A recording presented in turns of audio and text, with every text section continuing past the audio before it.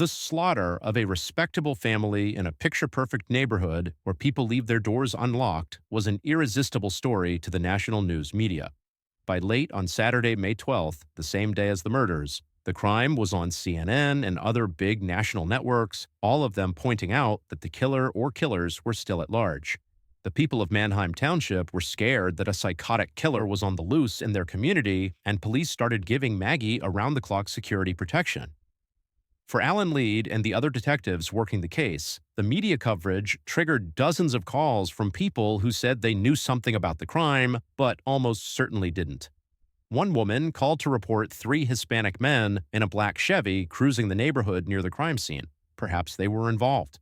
A man called to report two young people dressed in goth clothing who spit on him. Maybe they were the killers. One couple who called in actually volunteered the use of their bloodhound dog, Nellie, which initially seemed like a smart idea to Lead. So Lead let Nellie sniff blood spatters at the crime scene and then turned her loose.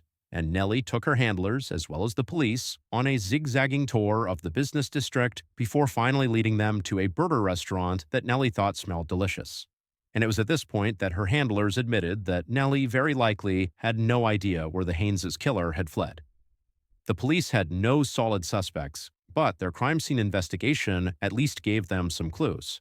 It appeared that the killer or killers had struck the parents first, then savagely attacked their son, Kevin, leaving blood everywhere, including on the bottom of the killer's shoes. That's what left the bloody footprints in the upstairs hall.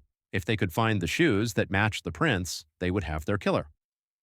Despite the extreme violence, there was no sign of robbery.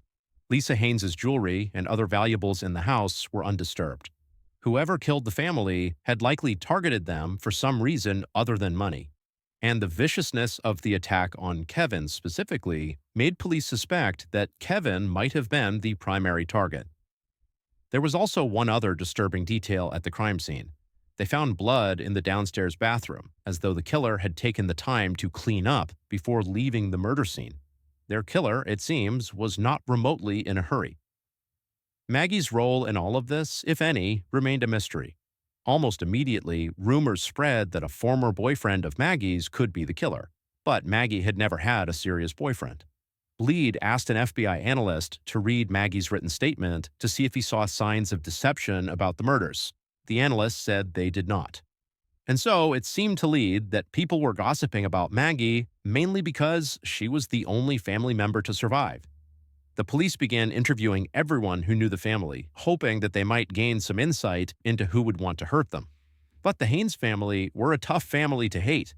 Person after person reported how decent and friendly they all were and how they always tried to do the right thing. Kevin had two best friends, Alec, who he was going to Germany with, and Warren Tobin, who he had known since elementary school and ate lunch with in the school cafeteria most days. These three were so close that they called themselves the Three Musketeers. If anyone would know who might hate Kevin and his family enough to kill them, it would be Alec or Warren. But the detective who called them came away with few concrete leads. Warren, who was choking back tears, said that Kevin got along with everyone. He said Kevin didn't socialize much, but he was always helpful to his classmates and no one seemed to pick on him.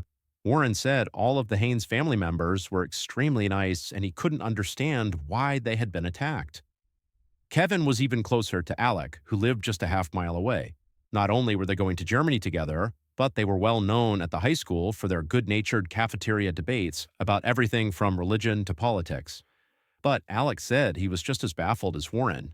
When Warren called him on Saturday with the horrible news, Alec said he initially thought Warren was just making a terrible joke.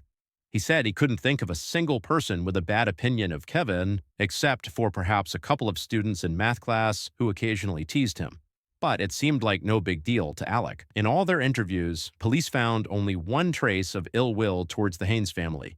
One of Tom Haynes' co-workers said that Tom, in his role as a manager, had recently threatened a new employee with firing if his performance didn't improve.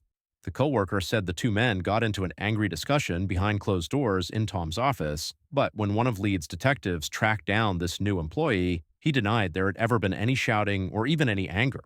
And he had a perfect alibi. He and his wife were out late with another couple the night of the murders. So it was another dead end.